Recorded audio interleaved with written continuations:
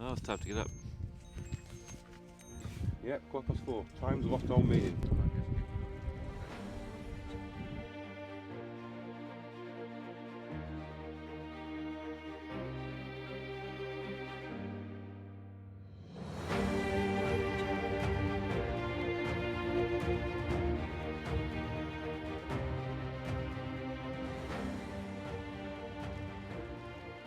So the Southwest Coast Path is Britain's longest national trail. It's 630 miles. It was Mark's idea. The plan was for both of us to try and set an FKT together. The FKT before we started was set by Mark Berry, and it was 11 days, 8 hours and 15 minutes, which meant he travelled at least an average of at least 55 miles a day. So we had to obviously clock up more miles than that. It was a pretty daunting idea. It was twice the distance I'd ever covered before as a runner or a hiker, but at the same time the daunting ideas are the ones you should go for usually. It's funny in a way, I met Mark on the Spine race, that's also where I met Tom Jones, but I didn't really know much other than that, and we spent a year planning it, mostly on email and phone, and then you suddenly arrive and there's 3 guys in a van having no sleep, doing a lot of running, smelling very badly in a very cramped little space. It's in a way it has all the recipes for a disaster. It's more difficult than we thought. The records are more impressive. We're finding it harder to sort of build on it or put a good cushion on it. Ferries can delay us. We lost an hour just waiting for a ferry yesterday.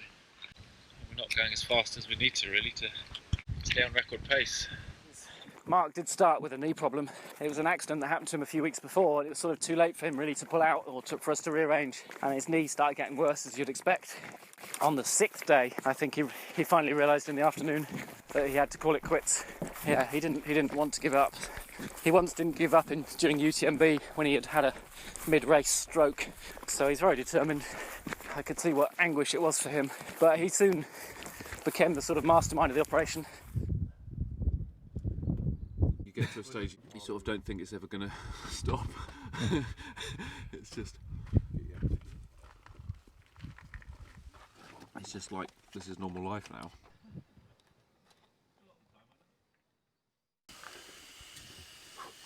When I started, that could hardly do up. No suck. No, just about it.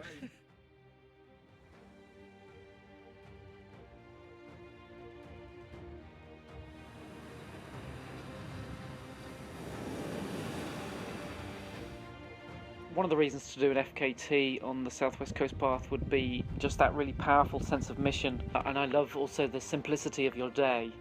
The wonderful thing about trail running is you do spend so much more time in the moment, partly simply because you have to watch where you're putting your feet, so you have to concentrate on what you're doing now. So I see these sort of trips, or just long distance running or trail running, as a antidote to modern life in a way. If I'm honest, if I can meet you more often, I can travel lighter and I'll be probably quicker, because I'm carrying enough food and drink for like 4 hours. I'm a mile or 2 slower than I would have liked. Just keep this pace. All right. Yeah. All right. And All right, we'll do another. You've got to get to St Ives. So it's 62 miles today, and then 62 miles every day from here on. I thought I'd do 64. No, it looks like it's 62 Oh. at the moment. Oh, that's easy. Yeah. Oh, double 64. I was troubled. 62. Oh dear. Our FKT attempt was very much a sort of adventure of 2 halves. I mean, half of it I was running with Mark, and then the second half I was doing it on my own. And at first that felt very liberating, because I could go at whatever pace I fancied and sort of make my own decisions. But it did become oppressive and relentless. It just felt relentless. You'd run 60 miles of the day and then go, oh, you've got 260 miles left. And it just almost felt like you were hammering yourself and thinking that wasn't enough, to create a good FKT.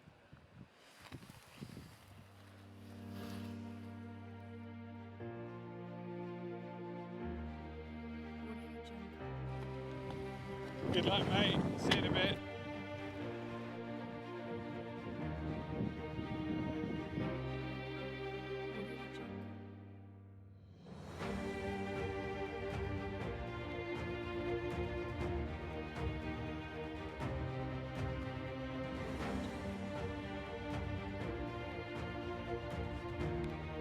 I felt sluggish for the first time leaving you lot. Maybe it was an emotional thing. Oh, now? No, the next sections. Okay, well, I'll make up time. Yes. There's around 111,000 feet of ascent on the whole path, and that's well over 3.5 times up Everest from sea level, so it's a hell of a lot. So often we were doing 10,000 foot per, in a day of ascent. You know, it felt so wild and remote sometimes, and you're right on the edge of the country where you'd feel just sky high, running along cliff tops. You just felt happy to be alive, I suppose, and lucky to be having this adventure. It'll be dark soon, so I'm trying to make good use of the last light. So it's difficult to know exactly where we are against the current FKT record.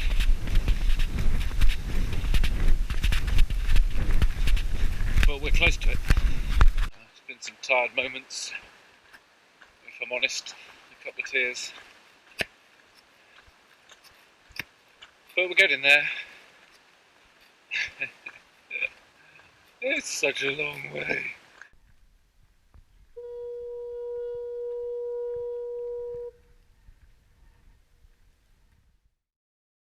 Hello, buddy. Are there any dry socks yet? You alright? Do you know I can't smell a thing? It might just be because my own odour has overpowered every other... Oh yeah, I can smell it now, that's nice. Because I've had wet feet for sort of the last 3 days constantly. When I'd arrive at the van, Tom would nearly always have at least a couple of warm drinks for me, some food. He was amazing at getting meals ready, often meals you'd never imagined. One night he bought us fish and chips, but he wrapped it in his own down jacket to try and keep them warm for us. So he was an absolute legend. Right, where the hell do I have to go? Thank you very much, Tom. See you shortly, buddy. You're a legend.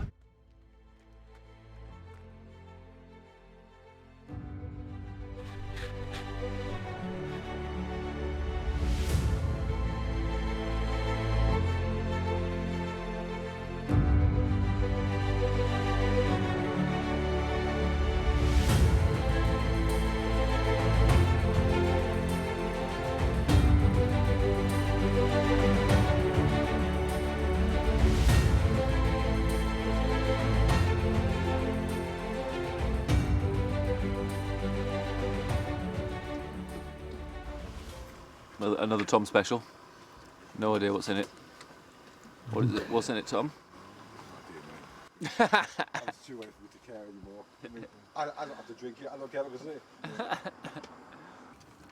They were mocking me saying I get Robbie Britton's hand-me-downs. This stuff Basco doesn't want. And that's why I run every day. That's why I run.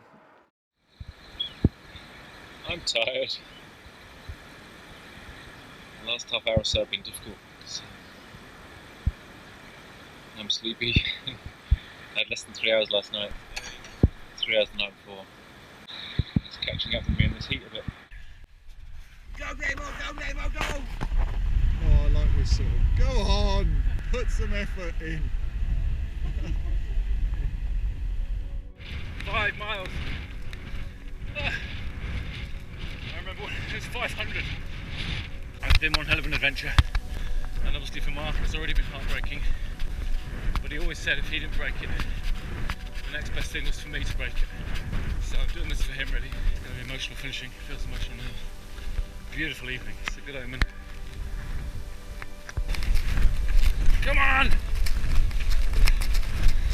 Come on legs! Don't let me down now.